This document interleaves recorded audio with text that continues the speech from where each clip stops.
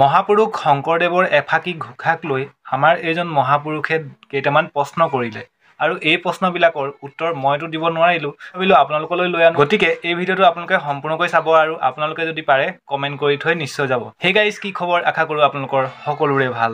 বলক বেছি দেৰি নকৰি আজি আমাৰ ভিডিঅ'টো আৰম্ভ কৰোঁ। মহাপুৰুষ শংকৰদেৱৰ এফাকি ঘোষাক লৈ দুটামান প্ৰশ্ন কৰিবলৈ আগবাঢ়িছো, কিন্তু আপোনালোকে ভুলতো ভাবি নলব যে মই গুৰুজনাক সমালোচনা কৰিছো, কাৰণ সেই গুৰুজনাক সমালোচনা কৰাৰ অধিকাৰ মোৰটো বাদেই দিয়ক, পৃথিৱীৰ আন কোনো মানুহৰে নাই বুলিয়ে মই ভাবো। গুৰুজনাই বৈষ্ণৱ ধৰ্মগ্ৰন্থৰ যোগেদি এফাকি ঘোষাত কৈছে, অন্য দেৱী দেৱ নকৰিবা হেব, প্ৰসাদো নাখাইবা তাৰ, মূৰ্তিকো নচাইবা গৃহো নপখিবা, ভক্তি হৈব ব্যভিচাৰ। এই ঘোষাফাকি উপস্থাপন কৰোতে মোৰ যদি কৰবাত ভুল হৈছে তেন্তে জ্ঞাতসকলে শুধৰাই দিয়ে যেন, কাৰণ মই ভাগৱত বিদগ্ধ নহয়। আৰু পুনৰবাৰ কৈছো, ভিডিঅ'টো কেতিয়াও মই সমালোচনাৰ উদ্দেশ্যেৰে বনোৱা নাই, ধৰ্মীয় সংঘাতৰ উদ্দেশ্যেৰে বনোৱা নাই। মোৰ কৌতূহল মনে সদায় প্ৰত্যেকটো বস্তুৰে যুক্তি বিচাৰি ফুৰে আৰু কিছুমান প্ৰশ্নৰ উত্তৰ মই যুক্তিৰে পোৱা নাই, সেয়েহে এই ভিডিঅ'টো আপোনালোকৰ আগলৈ এৰি দিছো। অতি চমুকৈ আৰু সৰলকৈ এই ঘোষাফাকিৰ অৰ্থটো হৈছে, আমি যদি ভগৱান শ্ৰীকৃষ্ণক বাদ দি অন্য যিকোনো দেৱ দেৱীৰ মূৰ্তি দৰ্শন কৰো বা পূজা কৰো বা তাৰ প্ৰসাদ খাওঁ, তেন্তে আমাৰ ধৰ্ম আৰু ভক্তি ভ্ৰষ্ট হব। এতিয়া মোৰ প্ৰথম প্ৰশ্নটো হৈছে, শংকৰ গুৰুজনাই এই ঘোষাফাকিৰ জৰিয়তে কেৱল নিৰ্দিষ্ট এক ধৰণৰ মূৰ্তিৰ কথাহে কৈছিল নে ব্ৰহ্মাণ্ডৰ আন সকলো দেৱ দেৱীৰ মূৰ্তিৰ কথা কৈছিল? আপোনালোকে কমেণ্ট কৰিব দেই, সকলোৱে কমেণ্ট কৰি যাব বুলি আশা কৰিলোঁ।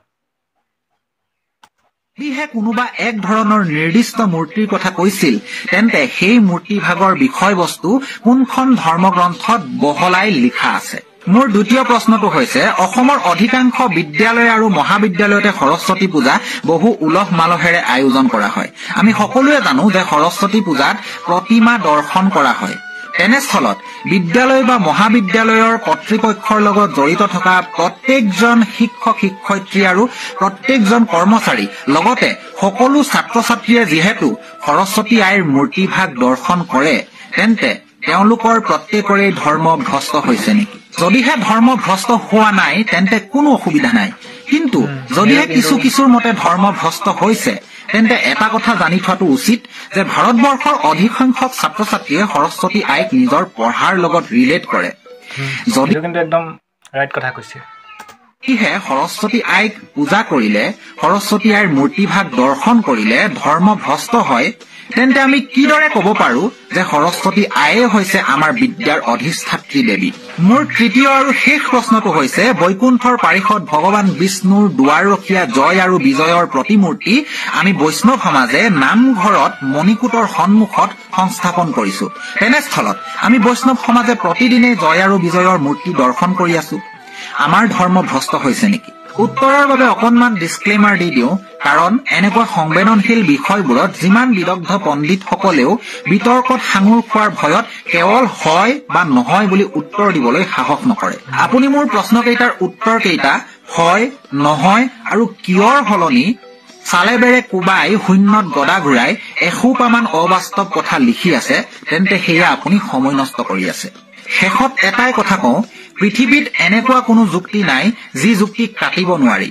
মোৰ এই যুক্তিকেইটাও কোনোবা নহয় কোনোবা প্ৰকৃত বৈষ্ণৱে, প্ৰকৃত ভকতে উত্তৰ দিবই, আৰু সেই আশাৰেই মই এই ভিডিঅ'টো প্ৰস্তুত কৰিছো, যাতে মোৰ মনৰ সংশয় দূৰ হয়।